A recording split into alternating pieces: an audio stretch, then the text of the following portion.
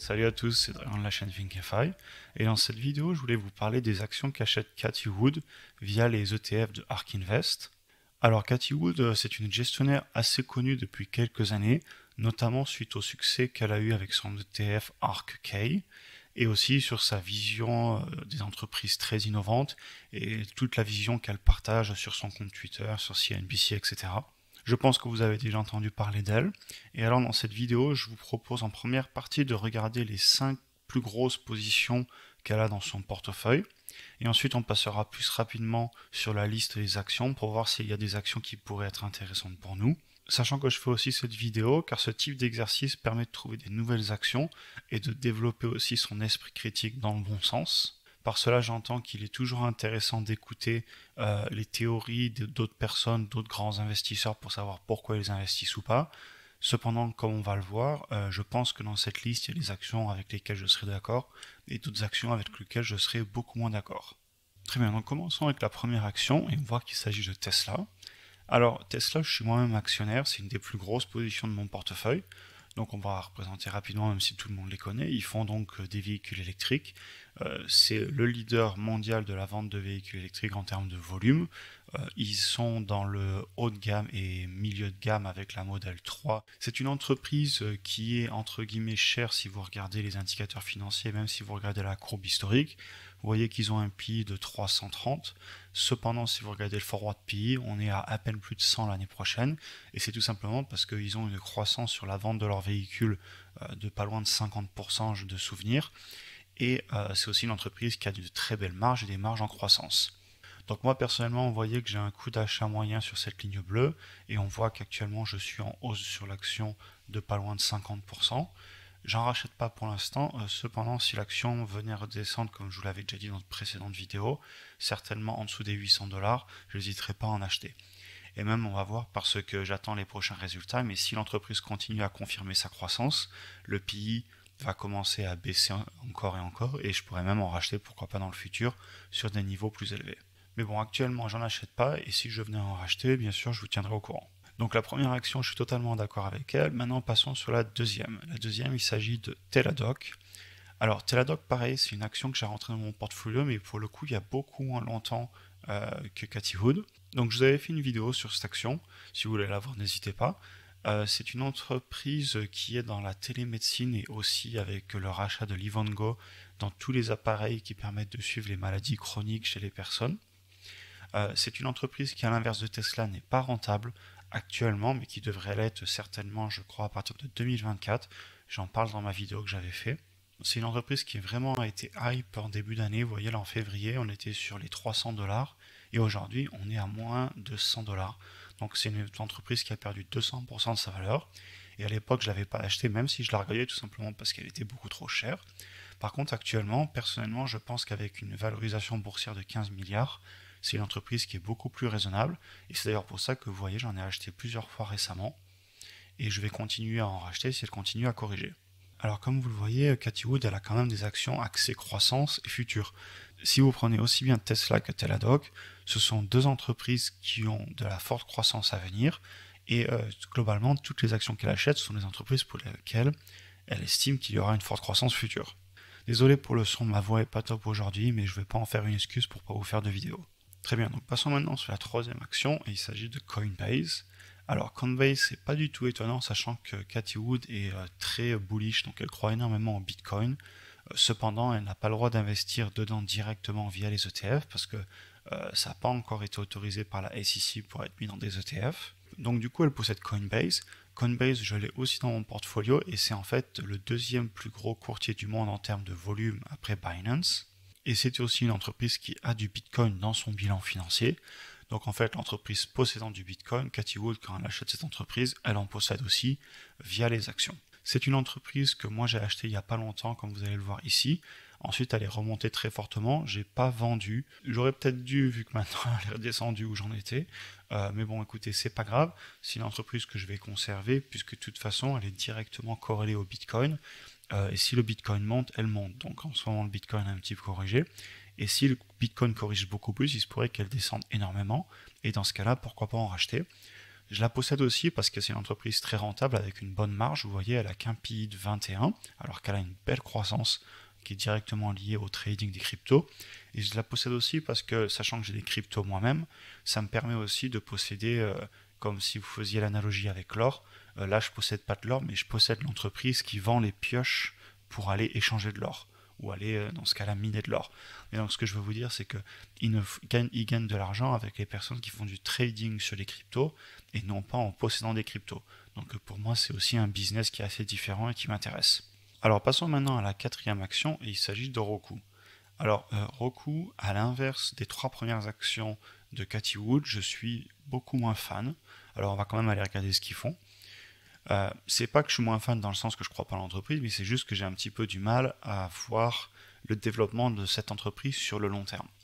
Donc en fait, ce qu'ils font, c'est qu'ils vendent des boîtiers pour connecter à votre télé, pour avoir accès à toutes les plateformes de streaming, et ils ont aussi leur logiciel directement installé dans de nombreuses télés que vous pouvez acheter en magasin. Alors c'est une entreprise qui gagne de l'argent, on voit qu'ils ont un PI de 110, et je suis allé voir aussi rapidement, notamment sur Finviz et sur d'autres sites comme MacroTrends, et ils ont une belle croissance, il n'y a rien à dire. Cependant, même si financièrement c'est une entreprise qui a l'air assez intéressante, moi mon gros problème c'est que j'ai du mal à voir l'avenir, et je vois aussi beaucoup de concurrence.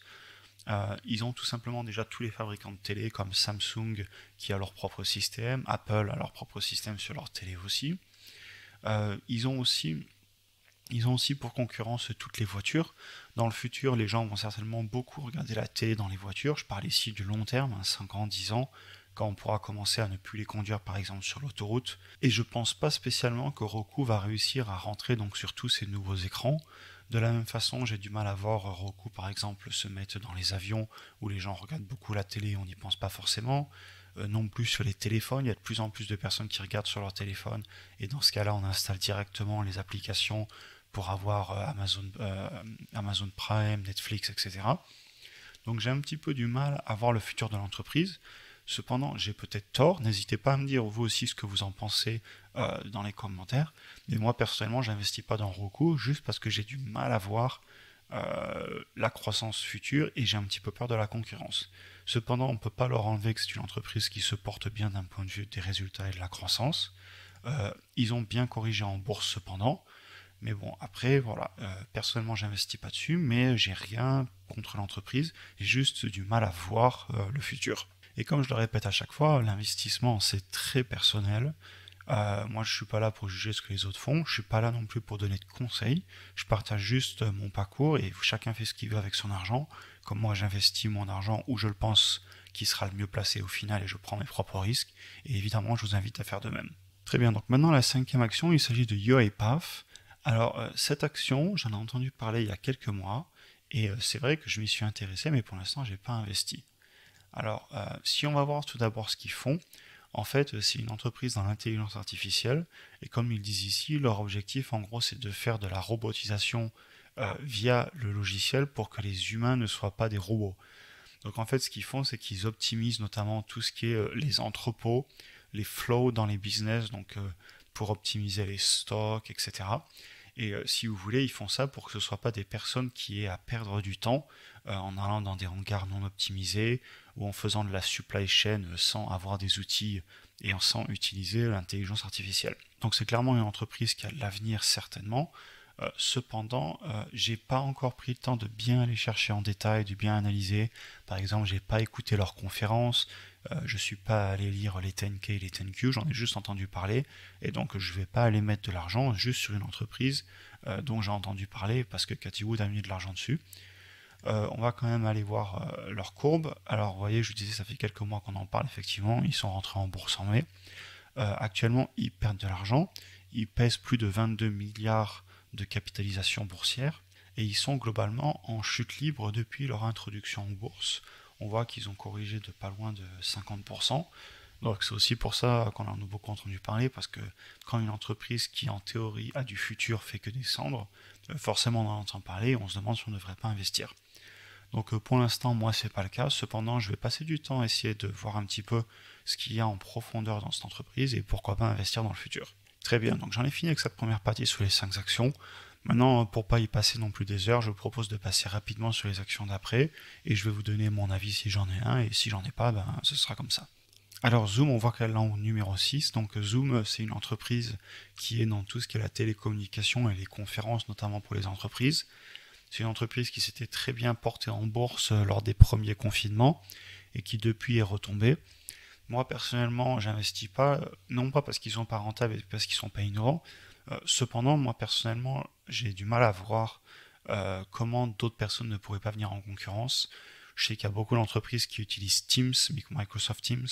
Il y a aussi Skype, etc. Donc j'ai du mal à voir le futur et j'ai du mal à voir aussi pourquoi ils ne seraient pas très facilement concurrencés par une autre entreprise parce qu'à vrai dire, il y a assez peu de barrières à l'entrée. Donc moi personnellement, pour l'instant, c'est une entreprise sur laquelle j'ai pas prévu d'investir. Ensuite, Shopify. Alors Shopify, c'est une entreprise dans laquelle j'aurais aimé investir dans le passé. C'est une entreprise que je regardais, je ne l'ai jamais fait parce que j'ai toujours trouvé trop cher. Et au final, ben, j'aurais dû. D'ailleurs, si on va voir leur courbe, ils ont explosé en bourse. Voilà, c'est une entreprise qui, si vous regardez, il y a 2 ans, vous voyez, depuis mars 2020, elle a fait plus 370% au cours actuel, elle a fait plus 450% au plus haut. Donc j'ai pas investi, tant pis. Mais c'est une très belle entreprise qui est globalement, soit vous vendez sur Amazon, vous avez aussi Etsy pour tout ce qui est artisanal, mais sinon, tous les petits sites indépendants de vente, etc., pas tous, mais du coup, au moins la majorité, sont faits sur Shopify. Et c'est une entreprise canadienne qui se porte très bien et qui est rentable. Et donc, pourquoi pas investir? Pas assez plus haut pour moi, mais honnêtement, si elle venait à avoir une très forte correction et qu'elle revenait plus bas, j'hésiterais pas. On voit qu'actuellement, elle a un PI de 55. J'avais regardé à l'époque, elle a une belle croissance et elle peut les justifier. J'ai pas investi dedans parce que je peux pas investir dans tout et parce que je préfère actuellement mettre mon argent, par exemple, dans les entreprises comme Amazon, Google, etc. Mais honnêtement, c'est une très belle entreprise et pourquoi pas investir dans le futur, on verra. Ensuite, Square. Alors Square, j'ai investi dedans il y a pas longtemps. Je vous en ai parlé d'ailleurs dans une dernière vidéo, donc vous pouvez aller voir, n'hésitez pas. Ensuite, elle a des entreprises qui sont dans le médical, notamment Intelia Therapeutics et Exact Science. Alors ça, c'est un domaine dont je voulais vous parler parce qu'en fait, j'y investis pas tout simplement parce que je comprends pas. Tout ce qui est la modification des génomes, modifier l'ADN pour essayer de soigner des maladies, etc. C'est quelque chose qui me passionne. C'est quelque chose qui, je pense, va révolutionner le monde de la santé. Cependant, même si je trouve ça passionnant, j'y comprends pas grand-chose. Moi, j'ai une formation dans l'industrie, dans l'ingénierie, une formation très mathématique, très technique. Et clairement, la chimie, la modification de l'ADN, tout ce qui est médical, j'y connais rien. Donc j'ai pas assez d'expertise pour savoir quelle entreprise est en train de révolutionner ce secteur, sachant que vous allez voir, il y a beaucoup d'entreprises qui sont dans ce secteur. Ce sont beaucoup d'entreprises qui ne font que de perdre de l'argent, et personnellement, je peux pas aller mettre des actions dessus quand je comprends pas ce qu'ils font. Alors ensuite, vous avez Twilio. Twilio, ils sont dans tout ce qui est la télécommunication via le cloud, les systèmes qui permettent aux entreprises de contacter des personnes, etc. Donc c'est un service aux entreprises qui est dans tout ce qui est communication. Je ne m'y suis pas spécialement intéressé, c'est pas un business model qui m'attire énormément, mais donc voilà, j'ai pas grand chose à dire dessus, je suis honnête, voilà. Ensuite, Unity Technologies. Alors Unity, je m'y suis beaucoup intéressé. Je dois m'intéresser encore à l'entreprise. C'est une entreprise qui est dans les logiciels qui permettent de faire des jeux vidéo. Je pense qu'ils ont un fort avenir, notamment avec Metaverse, qui est, vous savez, le monde virtuel que veut développer Facebook. C'est aussi une entreprise qui est déjà beaucoup utilisée pour des jeux vidéo qui sont joués sur console et ordinateur. Donc très belle entreprise. Pourquoi pas m'y intéresser et investir plus tard, mais j'ai pas encore fait le travail de recherche fondamentale. Donc pour l'instant, je passe. Bon, je vais regarder encore 2-3 entreprises et puis on va s'arrêter pour aujourd'hui. Spotify, pareil, j'ai du mal à le voir. Moi, personnellement, j'utilise YouTube Premium. Il y a beaucoup de monde qui est sur Amazon Prime. Après, je sais qu'ils sont très innovants, notamment sur les podcasts. Ils ont Joe Rogan qui maintenant fait tous ses podcasts avec eux, etc. Mais personnellement, j'ai du mal à voir le futur. J'ai du mal à les voir en tant que leader long terme quand je sais qu'en face, vous avez des Amazon et des Google. Donc, personnellement, je passe. Ensuite, Twitter. Pareil, belle entreprise, j'apprécie beaucoup qu'ils aient Jack Dorsey qui est le fondateur. Il a aussi fondé Square, d'ailleurs il n'est plus CEO de Twitter, il a résigné, il a quitté son poste de la direction. C'est une très belle entreprise. Personnellement, je vois pas autant l'innovation que ce que je peux l'avoir dans d'autres entreprises, comme par exemple Palantir, comme on va le voir. Donc je passe, j'ai jamais fait trop de recherche fondamentale, mais si c'est quelque chose qui vous intéresse, n'hésitez pas à aller analyser l'entreprise et vous pouvez aussi me donner votre avis. Et enfin, allez, on va finir sur Palantir, sachant que vous voyez, comme je vous le disais juste avant, ils ont beaucoup d'entreprises dans la modification des génomes et dans le médical. Vous voyez, là on a CRISPR Therapeutics, Beam Therapeutics, Fate Therapeutics, Pacific Bioscience. Donc en fait, elle a énormément d'entreprises dans la santé, sur lesquelles je n'investis pas parce que je ne les comprends pas, mais je pense que c'est quelque chose de porteur. Et honnêtement, si vous avez une formation dans le médical, si vous êtes des scientifiques dans tout ce qui est la santé, et ben pourquoi pas vous y intéresser, ça doit être un monde passionnant, et vous pourriez peut-être le partager avec d'autres via une chaîne YouTube vous-même, etc. N'hésitez pas à me dire dans les commentaires si vous avez plus de connaissances dans la santé, si peut-être vous êtes médecin ou quelque chose comme ça. Donc et pour finir, on va finir sur Palantir. Vous voyez que donc Palantir, elle l'a aussi à son portfolio. C'est une entreprise dont je vous parle beaucoup en ce moment parce que j'ai investi pas mal d'argent. J'ai dû mettre plus de 2500 $ dessus de souvenirs. Très belle entreprise qui est dans l'intelligence artificielle, qui travaille avec les gouvernements beaucoup, puis aussi avec les entreprises du S&P 500. Ils sont pas encore rentables, on va aller les voir. Cependant, ils devraient l'être l'année prochaine. Et moi, je les achète beaucoup en ce moment, comme vous le voyez, il y a beaucoup de points, tout simplement parce qu'ils ne sont pas sur un plus haut historique. Et je pense personnellement qu'ils ne sont pas si chers que ça par rapport à leur avenir. Sachant, attention, je vous préviens, c'est du très très long terme. On parle ici d'une entreprise à 5 ans, 10 ans que je vais conserver. À moins évidemment qu'il y ait un changement dans les fondamentaux et que ça se passe mal, et dans ce cas-là, ben écoutez, j'accepterai que j'ai eu tort et je vendrai. Mais actuellement, de ce que je vois et de ce que j'écoute sur l'entreprise, dans leurs conférences, dans les 10 cases que je dis, etc., c'est une entreprise dans laquelle je crois énormément et sur laquelle je vais continuer à investir en faisant du DCA. Là, à chaque fois, vous voyez, je mets 150, 180, 200. Mais bon, à force de mettre, ça commence à faire des belles sommes dans mon portfolio. Très bien, donc j'en ai fini avec cette vidéo. N'hésitez pas à me dire ce que vous pensez des investissements de Cathie Wood. Vous pouvez aussi aller sur ce site, c'est cathiearks.com. Donc si vous voulez aller voir un petit peu ce qu'elle investit, etc., ce dans quoi elle investit, etc., pardon, eh ben, n'hésitez pas à y aller. Sur ce, bah, écoutez, comme d'habitude, je vous souhaite un bon week-end et on se parle dans la prochaine vidéo.